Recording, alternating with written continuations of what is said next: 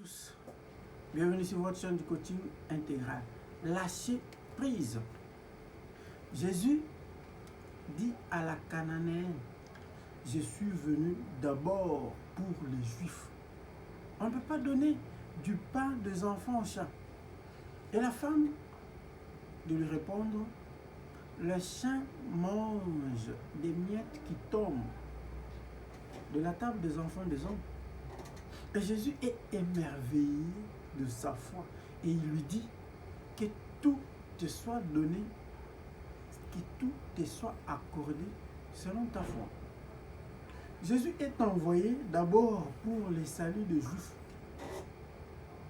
Lui qui est envoyé d'abord pour les Juifs est flexible. Il fléchit à la demande de cette païenne.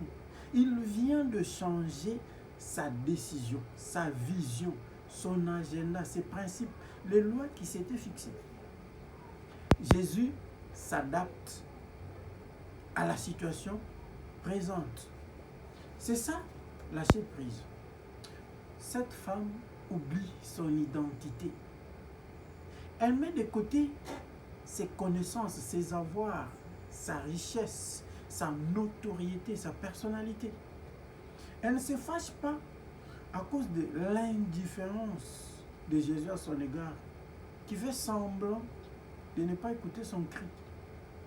Elle ne se lasse pas de continuer à crier. Elle n'abandonne pas, malgré cette réponse si choquante qui donne l'impression d'être humiliée. On ne donne pas la nourriture des enfants aux chiens. Donc, elle accepte d'être traitée comme une chienne, entre guillemets. C'est ça, lâcher prise. Si c'était toi et moi là. Mais je crois qu'on allait gâcher la journée de Jésus ce jour-là. Il allait en avoir de toutes couleurs. Il allait même regretter pourquoi il a laissé son trône pour venir. Bon, j'exagère un peu, mais parce qu'on allait lui cracher des choses. Et lui dire des propos du genre, tu te prends pour qui? C'est moi qui tu traites d'une chaîne, c'est moi qui tu traites d'un chien. Même à Lingala là. Boniko, Okanisini, Yonde Nani. On allait lui montrer combien on est plus intelligent que lui. Combien on est diplômé en docteur, en professeur, ministre, PDG, boss lady, magistrate. On allait lui montrer combien on vaut plus que lui, avec des propos du genre. Est-ce que tu me connais? Oui, bien. Chers frères et sœurs, la certitude tue. Dieu dit à Abraham, offre-moi un sacrifice, ton unique fils. Imagine que ça soit toi et moi. On allait tout rappeler à Dieu. Tu sais que je suis vieux. 1. 2. Toute ma vie, j'ai demandé cet enfant. Et tu me le donnes au soir de ma vie. Et à peine je me réjouis parce que j'aurai quand même une descendance. Non, tu me dis de le tuer. En tout cas, après, qu'est-ce que je vais devenir? En tout cas, Dieu soit en sérieux. Vraiment, est-ce qu'on fait comme ça? Mais Abraham exécute. Et à l'enfant qui lui pose la question, où est l'animal pour le sacrifice? Il répond, Dieu pourvoit. C'est ça le lâcher prise. Après avoir nourri plus de 5000 personnes avec 5 pains et 2 poissons, Jésus se retire pour se reposer. Mais les gens tellement rassasiés sont très contents et vont le chercher partout jusqu'à le trouver de l'autre bord, là où il s'est reposé. Jésus n'a pas dit, oh, j'ai quand même beaucoup de travail, je dois me reposer quand même. Mais on dit, il fut pris de compassion pour cette foule. Jésus oublie son repos, il oublie sa fatigue, il s'oublie lui-même pour la cause des autres. C'est ça, lâcher prise. En fait, les Juifs ont tué Jésus parce qu'ils ne savaient pas lâcher prise. Ils sont carrés dans leurs coutumes et habitudes qu'ils observent à la lettre. Ils ont l'impression que Jésus est un imposteur qui vient bouleverser leurs habitudes et troubler leur quiétude par des blasphèmes. Et pour se débarrasser de lui, ils ont décidé de le crucifier. Donc, ils sont incapables de voir que Jésus est venu leur montrer la loi de l'amour au lieu de l'amour de la loi qu'ils avaient. C'est pourquoi ses disciples pouvaient manger sans se laver les mains.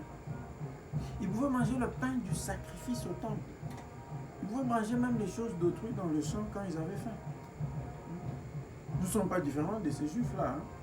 Quelqu'un a dit la vie est très courte. Arrête de te prendre trop au sérieux.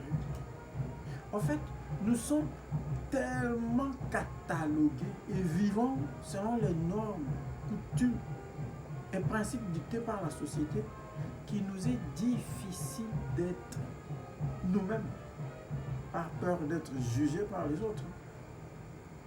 Nous tenons à respecter toutes les lois de la société sans écouter Dieu pour paraître bon, pour faire plaisir aux autres, alors qu'on en souffre intérieurement. Dieu dit à Pierre de manger ce qui était impur. Dieu dit au prophète Isaïe de se promener nu pendant 3 ans. Dieu dit au prophète Osée d'épouser une prostituée. Beaucoup de gens souffrent aujourd'hui parce qu'ils ne veulent pas fléchir et s'adapter. Ils ne veulent pas accepter le changement et s'ouvrir au changement. Ils ne veulent pas être flexibles. C'est Dieu qui conduit le monde. Et c'est Dieu qui connaît le monde. Il se révèle au fil du temps.